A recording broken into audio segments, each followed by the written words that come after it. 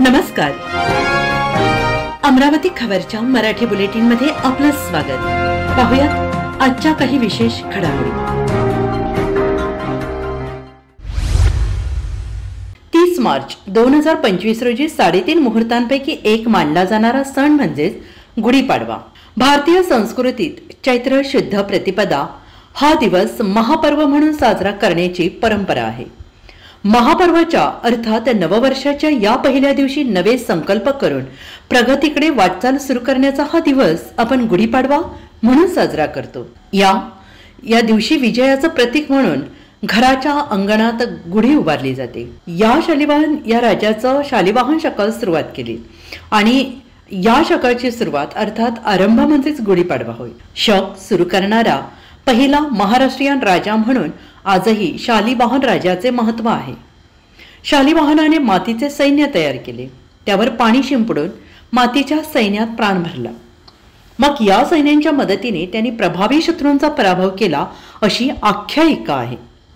आणि या विजयाप्रित्यर्थ शालिवाहन शके सुरू होऊन नवीन वर्षाची सुरुवात होते. या दिवशी पंचांग वाचन करून देवी सरस्वतीचं पूजन करून हिंदू नववर्षाचं स्वागत करण्याची प्रथा आहे. गुढीपाडवा साजरा करण्यामागे आणखीन एक कारण म्हणजे महाभारतात युद्ध. त्याचं कारण महाभारतात सुद्धा सापडले आणि यानुसार महाभारतामध्ये सुद्धा आदी पर्वती उपरीचर नामक राजाने इंद्रामार्फत त्याला मिळालेली कळकाची काठी इंद्राला नमन म्हणून जमिनीमध्ये रोवली. ब्रह्मदेवाने सृष्टी निर्माण केली तो हाच पवित्र दिवस. ब्रह्मदेवाने विश्व निर्मिती केली ती पाडव्याच्या दिवशी आणि पुढे सत्ययुगाची सुरुवात झाली आणि म्हणूनच नूतन वर्षारंभ म्हणून चैत्र शुक्ल प्रतिपदा म्हणजेच गुढीपाडवा साजरा केला जातो. या दिवशी विश्वातील तेज तत्व प्रजापती लहरी या मोठ्या प्रमाणात उत्सर्जित होत असतात आणि गुढीच्या माध्यमाने आपण त्या अधिकाधिक संचित करण्याचा प्रयत्न करतो. भगवान विष्णूने मत्स्यरूप धारण करून शंकासुराचा वध केला आणि त्या मत्स्यरूपी विष्णूचा जन्म चैत्र शुद्ध प्रतिपदेचा. शंकासूर नावाचा सागरापासून उत्पन्न झालेला आणि सदैव सागरातच वास्तव्य करणारा बलाढ्य राक्षस, या राक्षसाने जबरदस्तीने वेदहरण केले आणि तो सागराच्या तळाशी दडी मारून बसला.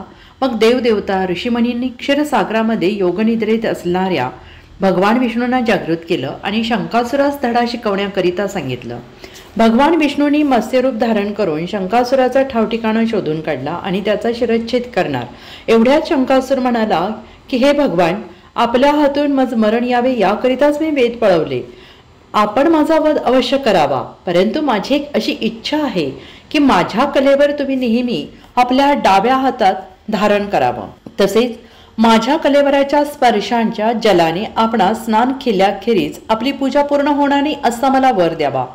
भगवान विष्णूने तथास्तु म्हटलं आणि शंकासुराचा वध केला आणि त्या दिवसापासून विष्णूने हातात शंखास धारण केले. गुढी म्हणजे फक्त ब्रह्मध्वजच नाही तर तो विजयध्वज देखील आहे. जेव्हा श्रीराम लंकेवर विजय मिळवून अयोध्येला परतले. अमरावती खबर या आमच्या YouTube चॅनेलला लाईक करा, सबस्क्राईब करा आणि हो शेअर करायला विसरू नका.